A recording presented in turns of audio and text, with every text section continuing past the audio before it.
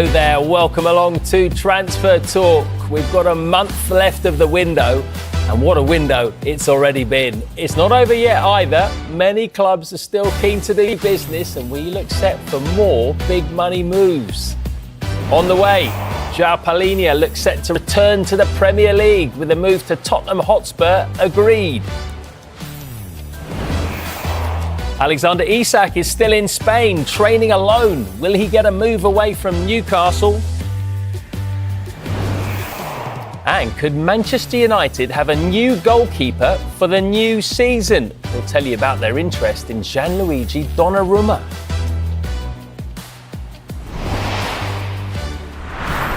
Dan Khan is back, and we're joined today all the way from Brazil by South American football expert Tim Vickery. Great to have you here in person. What an honour.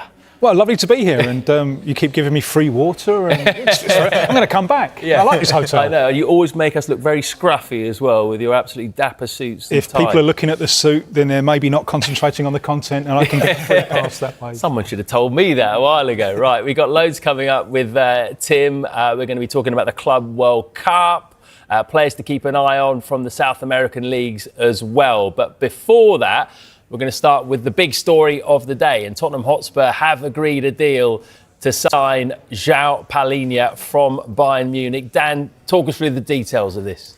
Very interesting. Looks like a return to the Premier League for Joao Palhinha, of course, the former Fulham midfielder. And this was a deal that Tottenham and Bayern Munich have spoken about in the last few days. And very interesting, actually. Bayern Munich were actually the ones to suggest inserting a buy option that is around £27 million for Tottenham if they do want to purchase him at the end of this loan. And I think, first of all, for Tottenham, it bolsters their midfield options for Thomas Frank, but also it gives them flexibility with it being a loan for them to continue to reinforce their squad, really, especially being in the Champions League. We understand that they still want to add a fullback and a midfielder who can play in the 10 position. So it feels like a really good signing for Thomas Frank once we get official confirmation. Yeah.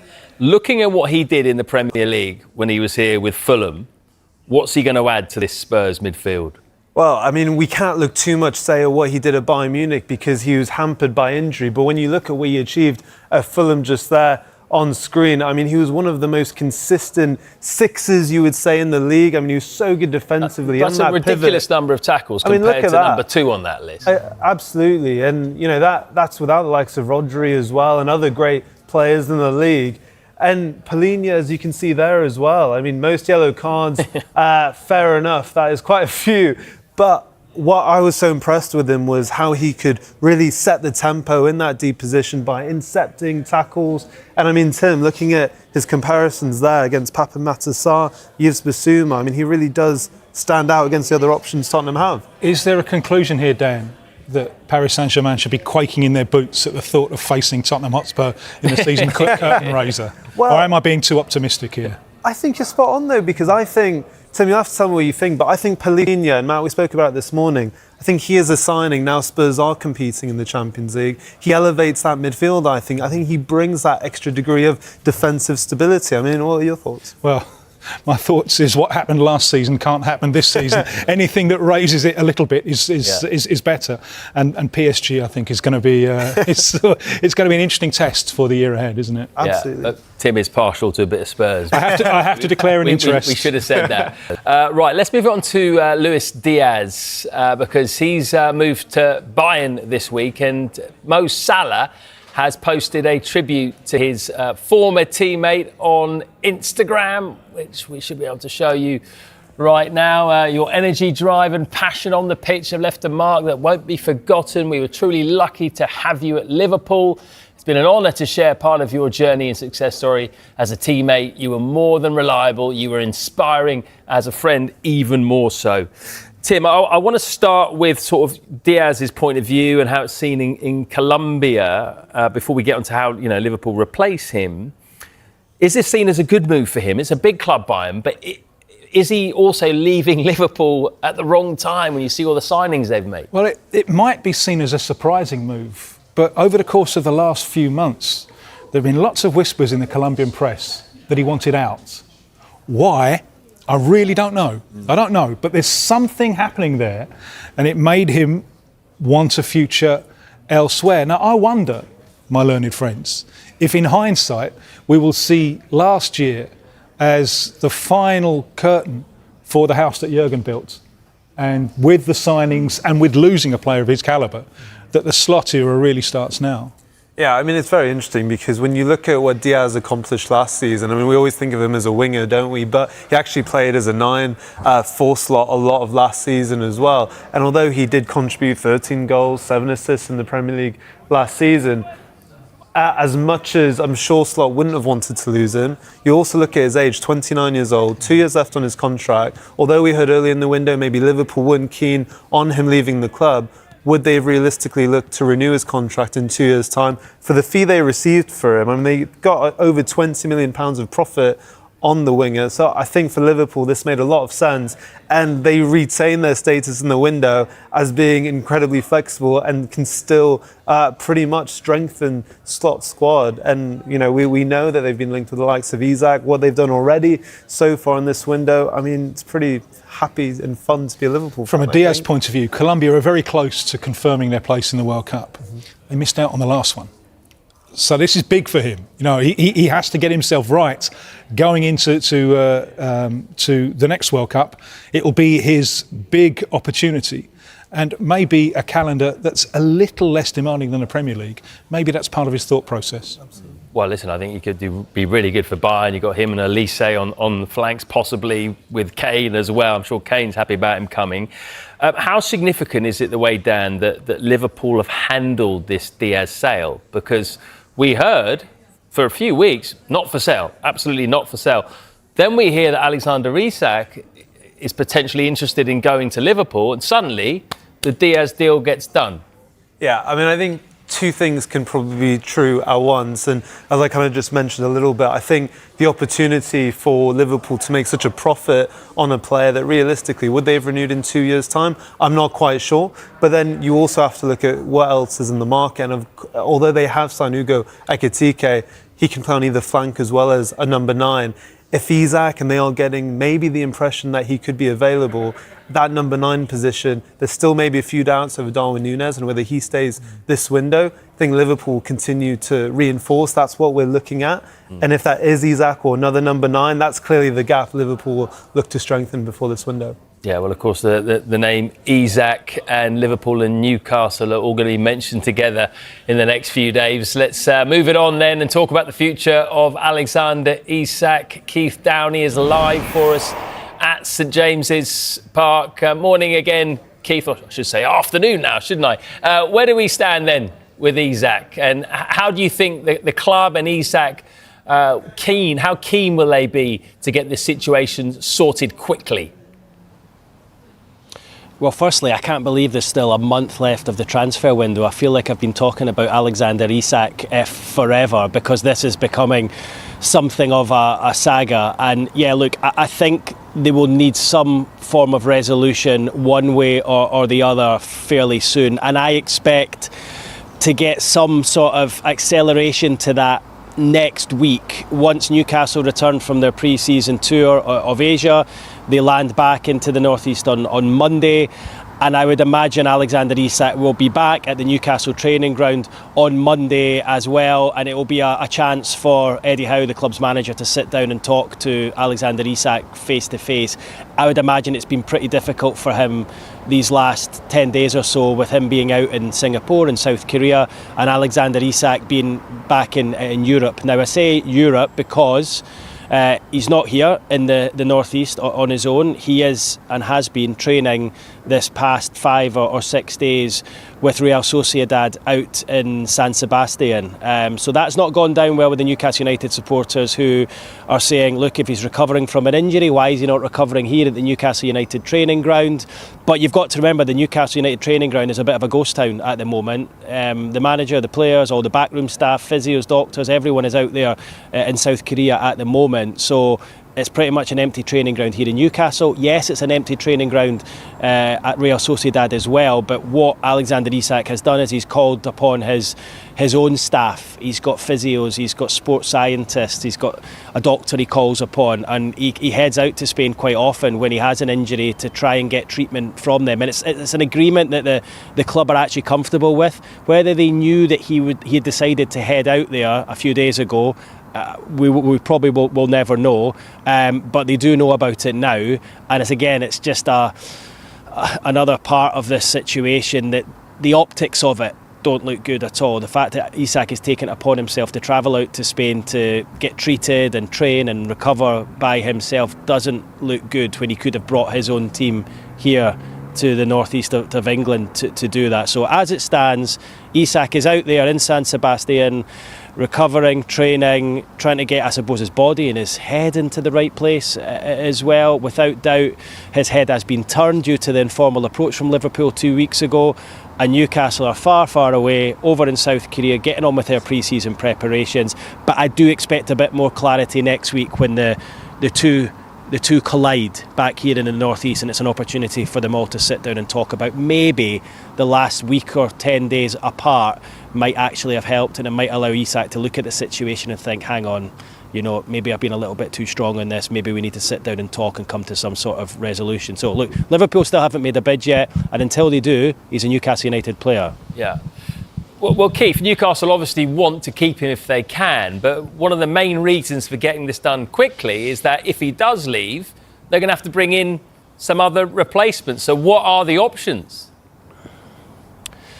Well, Newcastle needed one striker anyway because they've lost Callum Wilson, so they need a Callum Wilson replacement. The player they've identified is Joao Palhinha of Brentford, but they're struggling to get that deal done because Brentford don't want to sell, and that has become a protracted transfer alone. If Isak was to leave and join Liverpool, they then need two strikers. Now, we know they're interested in Benjamin Sesko of RB Leipzig, but so too are Manchester United, and I think there's a fear internally at Newcastle that Sesko will choose to go to Manchester United ahead of Newcastle. It feels as though Sesko is definitely on the move this summer, and he has a choice between the two, and Newcastle have lost out on so many targets this summer. I counted 9 by my last calculation. It's been a really bruising summer for them. They've missed out on some real top targets, and they fear that they're going to miss out on another one, but they're still at the table and they would like Benjamin Sesko to come here. I think if they manage to get Benjamin Sesko, I think then Isak may potentially be allowed to leave if Liverpool have an acceptable offer. And by acceptable, I mean around about £150 million. Eye-watering sum of money, but Newcastle believe he is that good, and he has proved it over the last 3 years. If he was to go to Liverpool this window, it will be a Premier League club record sale. So we're talking a huge transfer here, and this is why I feel that it won't linger on until the very, very last knockings of the transfer window. I think it's something that has to be done probably in the next week or two, and I don't think it's going to go down to the last couple of days because it's such a big transfer. It can't be left until the dying moments, and the longer this goes on without Newcastle getting in a top level replacement, the more I feel that Isak will probably be kept here and he'll have to dig in and get back to playing again. So it's a very delicate situation yet.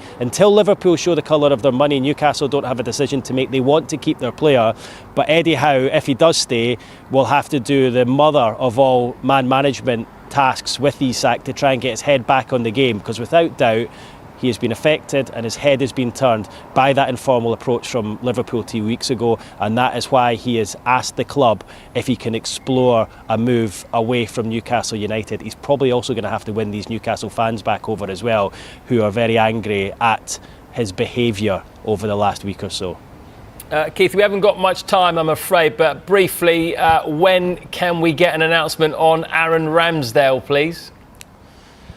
Very soon. He had his medical on Wednesday. I would expect an announcement from the club, if not today, over the weekend. That medical is done. He's travelled back to the south coast to collect his belongings. Newcastle have agreed that loan deal, season-long loan with Southampton, with an option to make that permanent next summer because they missed out in James Trafford, turned their attention to Aaron Ramsdale, so that deal is pretty much done. So I can't give you a definitive. If it's not today, it'll be tomorrow. Nice one. Thank you very much, Keith. Right, just want to chat to you about Joao Palhinha before we go. to the break, Keith mentioned there, he's one of the top targets to come in, particularly if Isak does move on. But if Brentford are adamant that he's going nowhere, and you understand why, because Mbeumo's gone, the manager, Frank, has gone, Christian Norgard has gone, how difficult is it going to be for Newcastle to get their man if Brentford say, well, we're not selling him? Incredibly difficult. I mean, we saw the pictures of Isak at the training ground yesterday, and although he might not be happy about his situation, Brentford are completely entitled to be adamant that he won't go anywhere.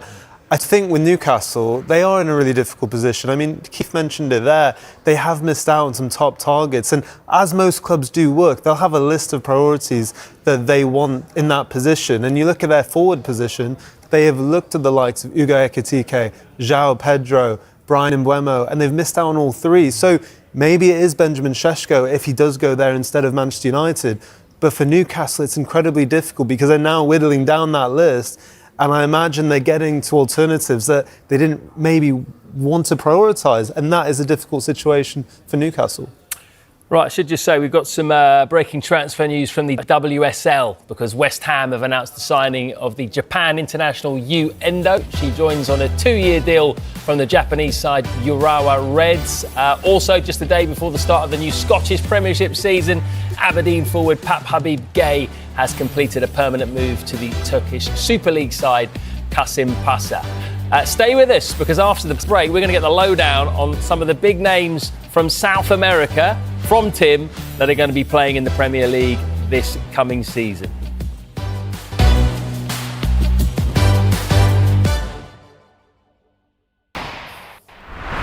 Yeah, loads to look forward to on Sky Sports News. We've got some new shows for you to coincide with the new football season. And right now, we're going to look ahead to some of those South American players that have come into the Premier League with Tim. Obviously, Tim is the oracle for all players South American. Every year it happens. All of the time. Every year it happens. You know, the Premier League goes to South America, mines some of their players.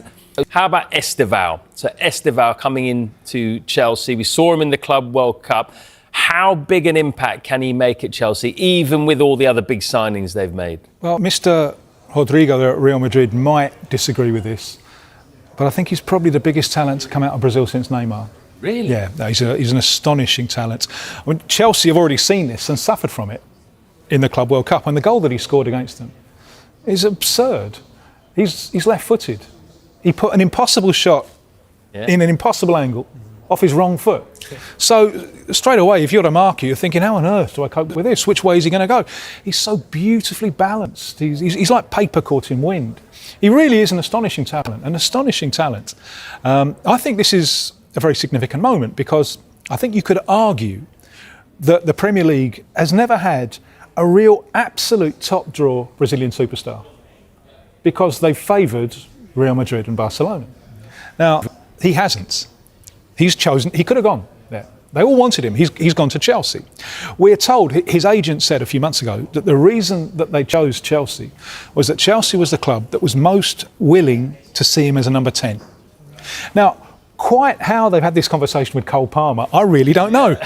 Bearing in mind that they've also brought in another left-footed South American wonder kid playmaker, a fellow called Kendry Paez, who's just turned 18. Yeah, he's out on loan, but he was playing for Ecuador and scoring in World Cup qualification at 16, and he's another one. So what they're going to do with all these players, I don't know. I suppose you file it under nice problem to have, but it's you lucky people getting to see Esteval. You think you'll see a bit of him this season? Oh, without doubt, without question.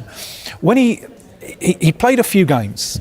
And his coach there at Palmeiras, who's a Portuguese, Abel Ferreira, he was trying to hold himself back, but he just couldn't stop it. He said, this lad, and he just coached Endrick, who went to Real Madrid, scored the winner against England at Wembley. And he said, this lad, Esteval, he's different from anything I have ever seen.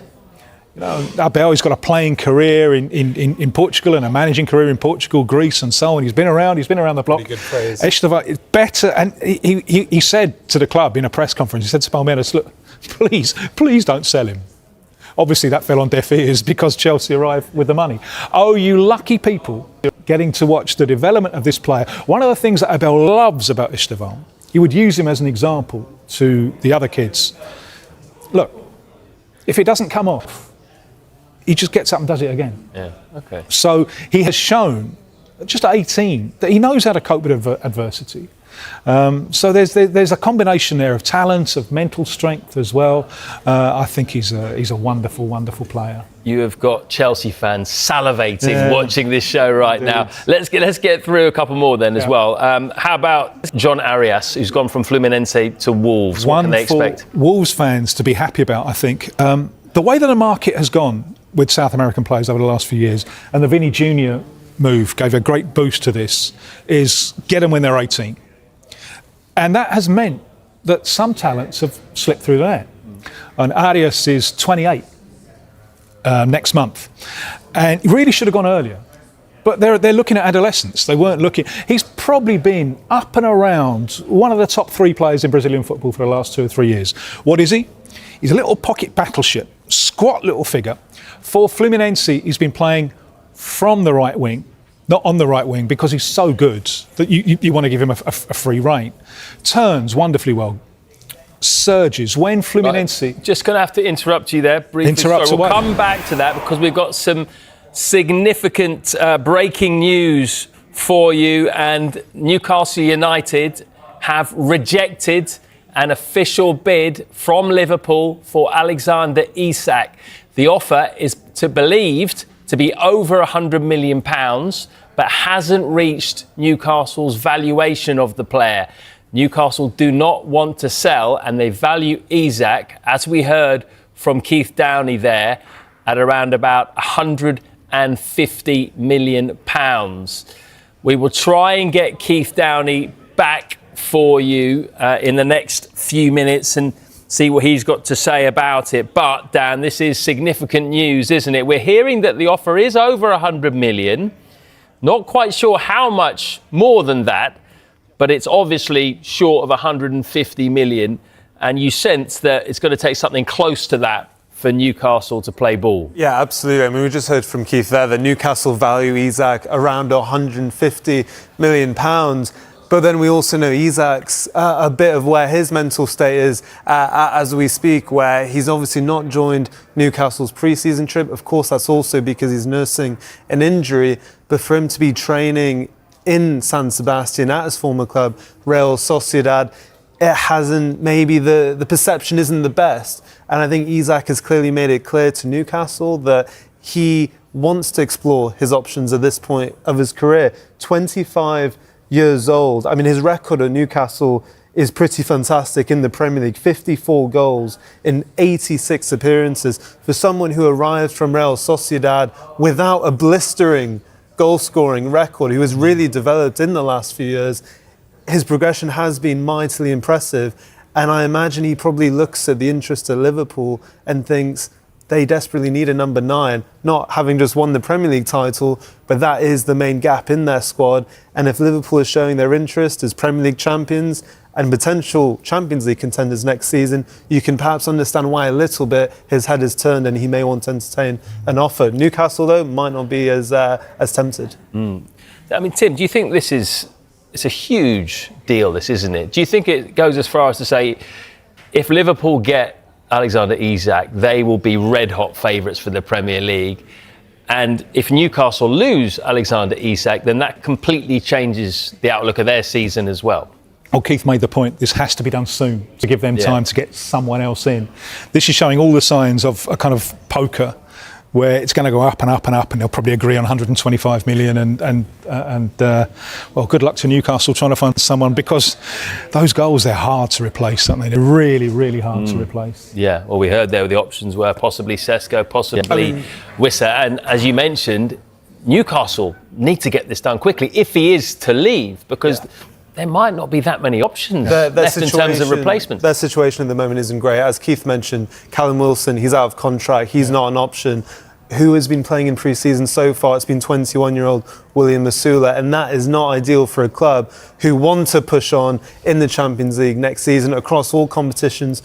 We saw how difficult it was for Newcastle a few years ago managing all of these competitions. It won't get any easier if you lose someone like Isak.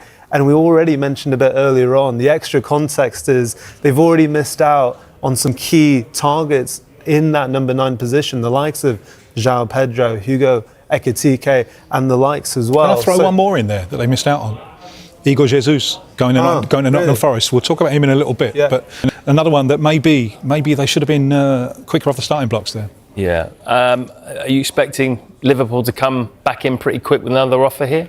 Well, what we know after selling Luis Diaz is they clearly do have the funds. After not spending last summer, after an impressive few years of their sales, they are in a very strong position to do so. They're just going to have to determine how far they're willing to meet Newcastle's evaluation. It's the Ferguson playbook, isn't it? Spend big after you've won. Yeah, absolutely. Yeah. But I think we can go to the man himself. Yeah, right. Let's get out to Keith Downey then, who's still at St James's Park. Keith, that happened very quickly. What can you tell us? Yeah, I was just packing up and ready to go there when that news came through to me that Liverpool have, and I said to you just a couple of moments ago, they need to formalise that informal interest with a formal offer. And the news just in the last couple of moments that Liverpool have done exactly that, and they have made a formal approach to Newcastle United for Alexander Isak with a bid, as we understand it, in excess of £100 million. We don't know the exact figure at this stage, but Newcastle have knocked that offer back. They've rejected that offer. One, the figure doesn't meet their valuation of the player. Two, they don't want to sell the player anyway.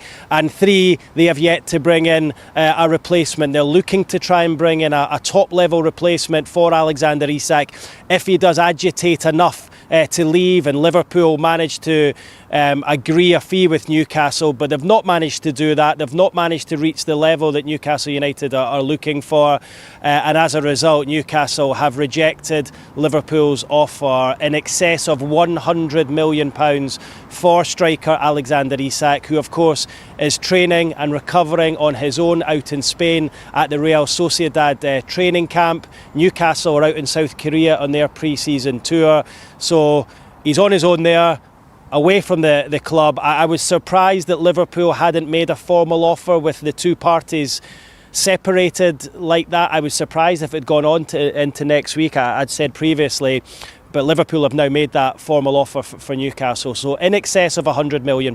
We don't know the exact figure, endeavouring to find out. Newcastle have turned that down, but I don't think this is the last we're going to hear of this story. Do Newcastle want to get the replacement in position first, or if a big enough offer comes in, would they just accept that before having the replacement in? I think they would need to have assurances that they're to get a player in. I honestly don't think Newcastle want to leave themselves in a position where they have essentially no strikers. All they would be left with is young Will Asula, 21-year-old forward who was bought last summer from Sheffield United. Remember, they've lost Callum Wilson. They need a replacement from Callum Wilson. They're trying to bring in Johan Wissa from Brentford as the Callum Wilson replacement. They've not managed to reach an agreement with Brentford there. That is becoming a bit of a long drawn out saga in itself.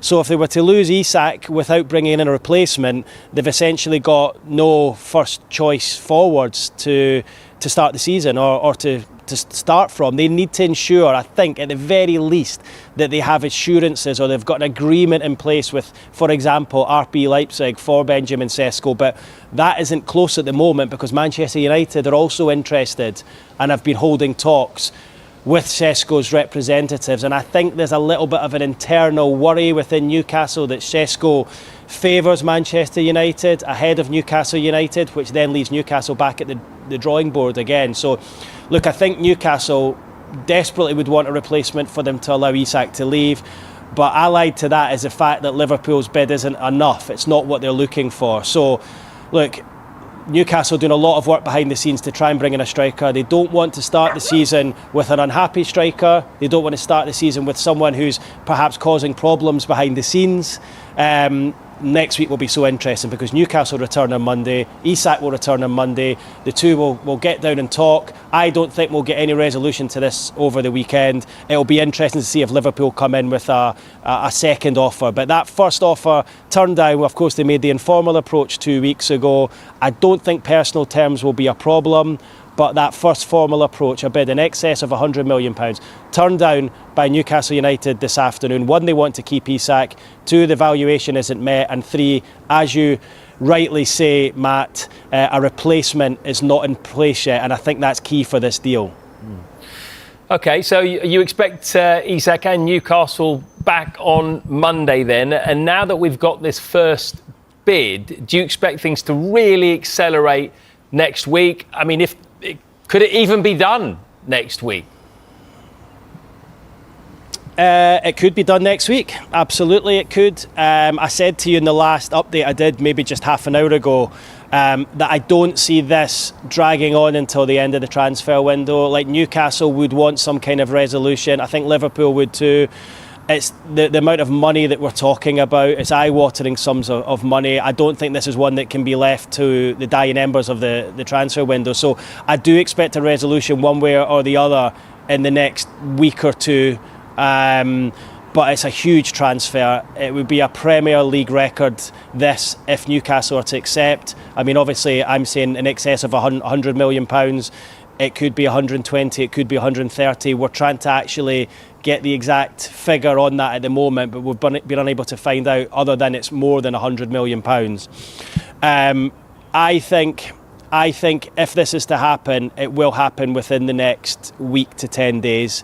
But also, Newcastle need to get a replacement in, and that may take time as well. I think the longer this goes on without an agreement, without Newcastle having a replacement in position, the longer this goes on, the less likely this is going to happen. And that is why I think, Matt, that these next sort of 7 to 10 days are really, really crucial here. And I think that's why Liverpool have finally formalised their approach. As I said earlier, I was surprised they hadn't done it already, given the fact Isak is away from the Newcastle squad. He's in Europe. They're, of course, in Asia at the moment. I was surprised they hadn't come in with a formal offer. Well, they have now, but they're going to have to up it significantly, and Newcastle are going to have to find a top-level replacement. I would be amazed if Newcastle sell Alexander Isak without someone lined up, because that would leave them without a striker. And that's an incredible situation for them to be in when they've got a double-pronged attack this season on the Premier League and also the Champions League as well. This is not how Newcastle wanted their summer transfer window to pan out. They were expecting to strengthen this window. Yes, they've brought in Anthony Elanga, but they're actually down on numbers, having lost both Sean Longstaff and Callum Wilson. This was the window they were supposed to strengthen. After 3 windows without any activity at all, it's gone the complete other way, and it's been a really bruising few weeks for everyone involved at the football club. And just finally, on Isak himself, and how he's behaved. I mean, he hasn't downed tools or anything like that, but he is training at the facilities of his old club, and he's not gone on tour with Newcastle to Asia. Can you see a way back for him if, say, Liverpool don't come up with the right kind of offer? Can you see him in a Newcastle shirt in September? Yes. I can, and that would be because he has to. He's contracted to Newcastle United. He gets paid a lot of money to be a Newcastle player. He's one of the top earners at the football club, so he would have to knuckle down and get on with it. Like, I would suggest that if he wasn't to, it would probably be a slight on his character and his professionalism. So, look, Eddie Howe would have to do the mother of all man management jobs on him to try and get his head into the right place, because without doubt his head has been turned by the first and formal approach by Liverpool, and then now, as of the last hour, the formal approach by Liverpool.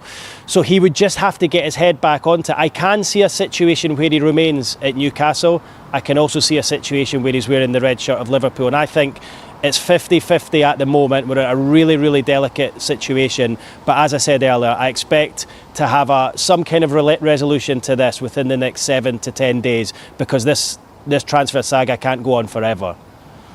It can't. I tell you what, Keith, very glad you hadn't packed away. Thanks for doing the overtime. Right, let's recap that huge news then. Newcastle have rejected a bid from Liverpool for at least £100 million for Alexander Isak. We'll have more throughout the hour. Plus... We'll keep you up to date on all the other business from around the leagues, including this: Joao Palhinha on his way to Spurs.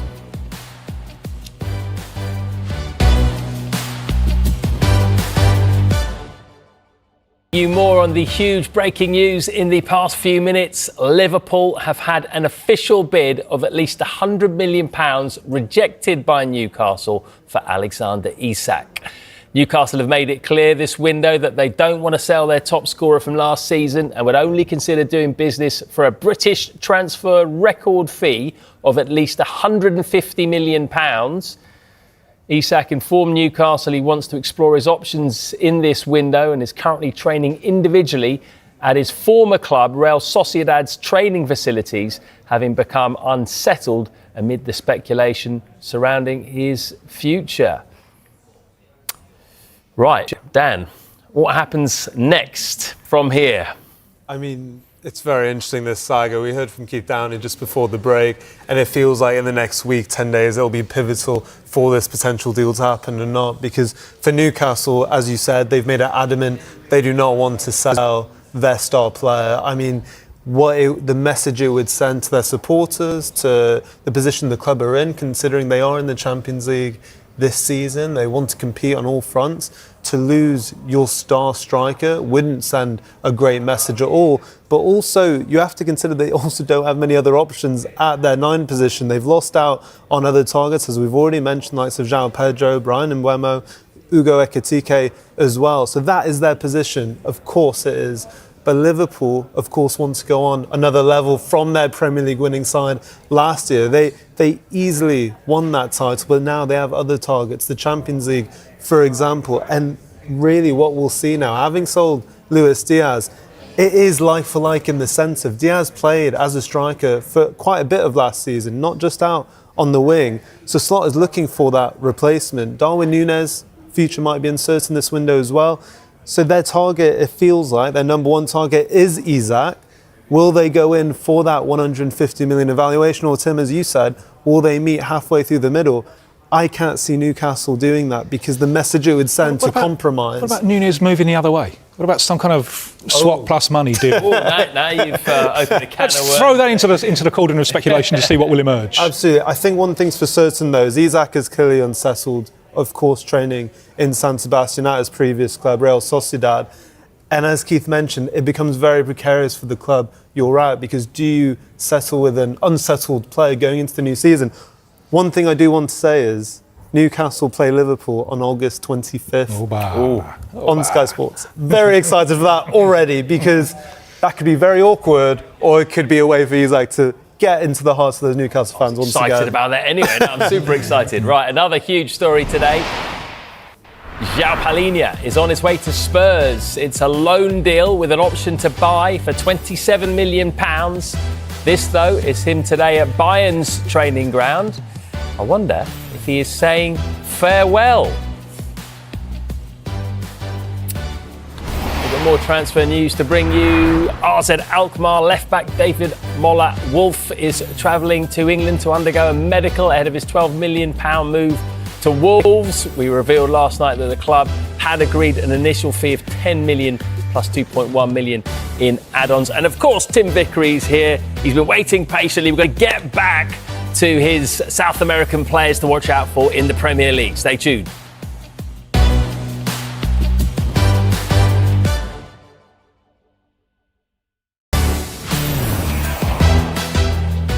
If you're just joining us, the huge news in the last half an hour is that Newcastle United have rejected an official bid from Liverpool for Alexander Isak.